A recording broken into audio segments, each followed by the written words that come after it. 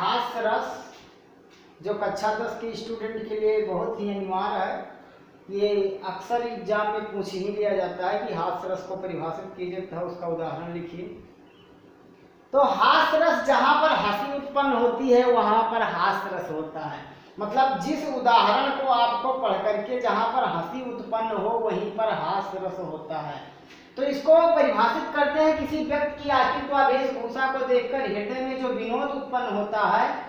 जब विनोद नामक अस्थायी भाव विभाव अनुभाव संचारी भाव से पुष्ट हो जाता है तो वहां पर हास्य रस की उत्पत्ति होती है। उदाहरण है बिंध के वासी उदासी तपोवर्त धारी महाबिनु नारी दुखारे गौतम ते तरी तुलसी सो कथा सुन भय मुनि बिंदु सुखारे वही है शिला सब चंद्रमुखी परसोपद मंजुल कंच तिहारे किन्हीं भली रघुनायक जो करुणा करी कानन कोप उधारे।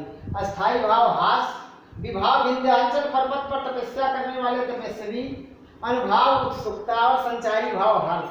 जैसे इस उदाहरण को तो हमने पढ़ा बिंध के वासी उदासी तपोवर्त धारी महाबिनु नारी दुखारे गौतम तिये तरी तुलसी सो कथा सुन भय मुनबिंदु सुखारे वही है शिला सब चंद्रमुखी परसोपद मंजुल कंज तिहारे किन्हीं भली रघुनायक जो करुणा करी कानन कोप उधारे। जैसे यहाँ पर इस उदाहरण को पढ़ करके हंसी कैसे प्रतीत होती है, कैसे हमको हंसी मिले इसके बारे में हम आपको बताएंगे। जैसे भाई पढ़ लेना तो आसान है, उसको पढ़ लिया जाए कविता की तरह। जब उसका कोई संदर्भ समझ में ही ना आए तो उसको ऐसा कविता पढ़ने से फायदा क्या है। जैसे हमने आपको बताया कि हंसी जहाँ पर उत्पन्न होती है वहीं पर हास्य, तो इसमें इसको पढ़ करके हंसेंगे कब?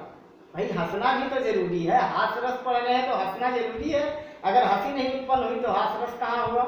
तो जैसे संसार का कोई भी प्राणी है, इसमें हम आपको बताएंगे संसार के कोई भी प्राणी है सभी से एक सीख मिलती है, चाहे वो छोटा प्राणी हो या बड़ा प्राणी हो या कोई पौधा हो, सभी से सीख मिलती है। जैसे सबसे पहले इसमें हम ये जानेंगे कि जब उदाहरण भाई इसी उदाहरण के तौर पर हम बता रहे हैं, कोई भी गार्जियन हो या छात्र छात्राएं हो नाराज मत होना कि सर ऐसा उदाहरण क्यों पेश कर रहे हैं।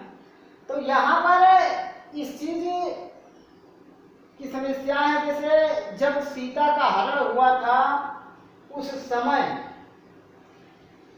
की कहानी है। रावण ने साधु का वेश क्यों बनाया? रावण ने साधु का वेश क्यों बनाया? वहां पर हालांकि रावण का जो है राम के द्वारा मारा गया था, ये भी सच्ची घटना है, हम रामायण में पढ़ते भी हैं। लेकिन वहां पर जो साधु का वेश बनाया था उससे भी हमको एक सीख मिला। यह सीख मिला, रावण ने यह हमको सीख दिया था उस समय कि मैं साधु का रूप धारण करके सीता का तो हरण कर लेता हूँ।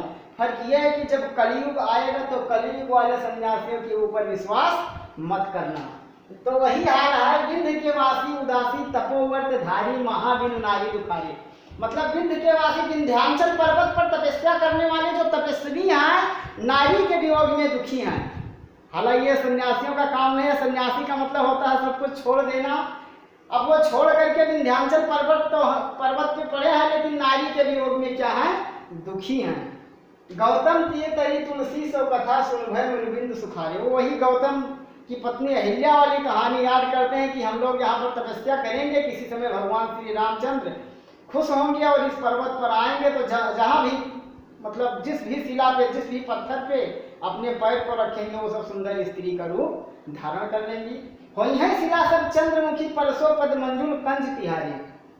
जितने भी शिलाएं हैं, जितने भी पत्थर हैं, एक सुंदर स्त्री का रूप धारण करेंगे। कब? जब हम तपस्या कर रहे हैं, नारी के वियोग में दुखी हैं। यह सन्यासियों का सोचना है। वहाँ विंध्याचल पर्वत पे सन्यासियों का सोचना है कि हम नारी के वियोग में दुखी तो हैं, लेकिन भगवान का उपासना करेंगे, तपस्या करेंगे और भगवान खुश होंगे। और इस पत्थर पे आएंगे, यहाँ पर्वत पे आएंगे, जितने भी शिलाएं हैं, पत्थर हैं, वहाँ पर जो है अपने पैर को रखेंगे। रखने के बाद में जो है जो पत्थर है सुंदर स्त्री का रूप धारण करेगा और रूप धारण करने के बाद हम लोग उससे उन स्त्रियों से शादी कर लेंगे।